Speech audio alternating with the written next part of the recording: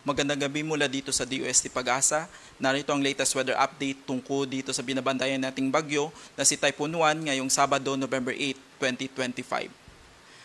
Base sa latest weather satellite image, kasalukuyan itong si Bagyong 1 ay nag-intensify dito sa Philippine Sea habang kumikilos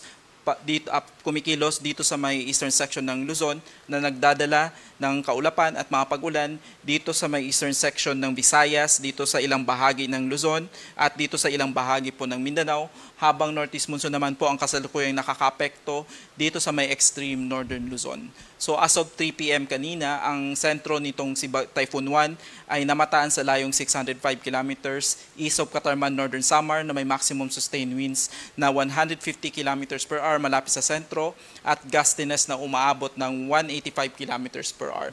Kasalukuyan po itong kumikilos west-northwest sa bilis na 30 kilometers per hour.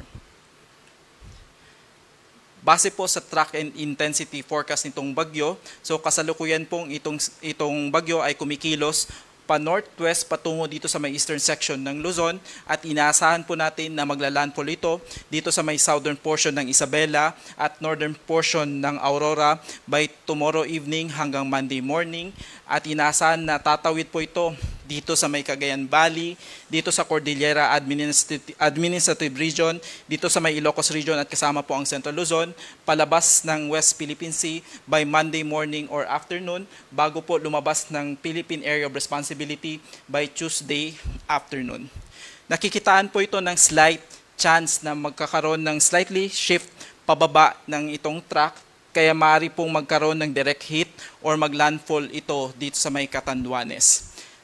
Habang tumatawid po ito sa ating kalupaan, maaari po siya makaranas ng slight weakening dahil po sa interaction nitong bagyo sa kalupaan ng Luzon bago po lumabas ng West Philippine Sea at nakikita po natin na possible tonight or bukas ng umaga ay maaari po itong mag-intensify from typhoon to super typhoon at habang kumikilos po ito dito sa ating kalupaan ay maaari mapapanatili niya po yung typhoon category hanggang makalabas po ito ng ating Philippine Area of Responsibility. Kasalukuyan, ang pinakamalapit na approach nitong Bagyong 1 ay dito sa may area po ng Catanduanes by tomorrow morning or afternoon and maaari po ito maglandfall dito sa Aurora, Isabela by tomorrow evening or Monday morning. Kasalukuyan nakataas po ang signal number 3 dito sa may area po ng Catanduanes, dito po sa eastern section ng Camarines Sur, eastern portion ng Albay, dito sa may northeastern portion ng Northern Samar, habang signal number 2 naman po ang nakataas, particularly dito sa may eastern portion ng mainland Cagayan, kasama po ang Isabela, Quirino, Nueva Vizcaya, Aurora, Nueva Ecija, Bulacan, Metro Manila, Rizal, Laguna, Quezon at Marinduque.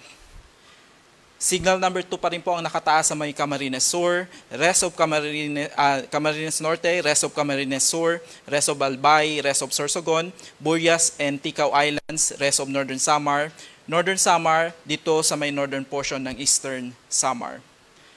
Signal number 1 ang nakataas sa may Batanes, rest of Cagayan including Babuyan Islands, dito sa may Apayao, Abra, Kalinga, Mountain Province, Ifugao, Benguet, Ilocos Norte, Ilocos Sur, La Union, Pangasinan, Tarlac, Pampanga, Zambales, Bataan, Cavite, Batangas.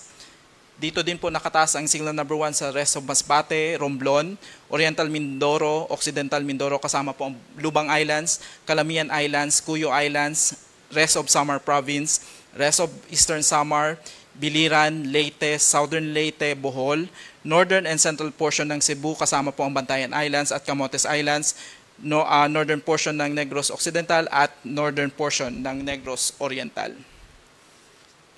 Signal number 1 pa rin po dito sa may Guimaras, Iloilo, Capiz, Aklan, Antique, Dinagat Island, Surigao del Norte, northern portion ng Agusan del Norte at dito sa may northern portion ng Surigao del Sur.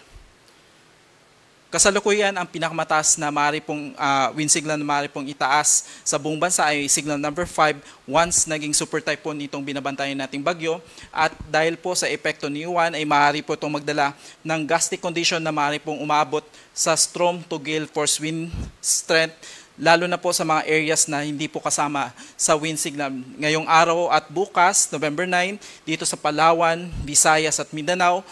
At pagdating po ng Lunes, most of Luzon at Visayas ay maaari po makaranas ng gusty condition.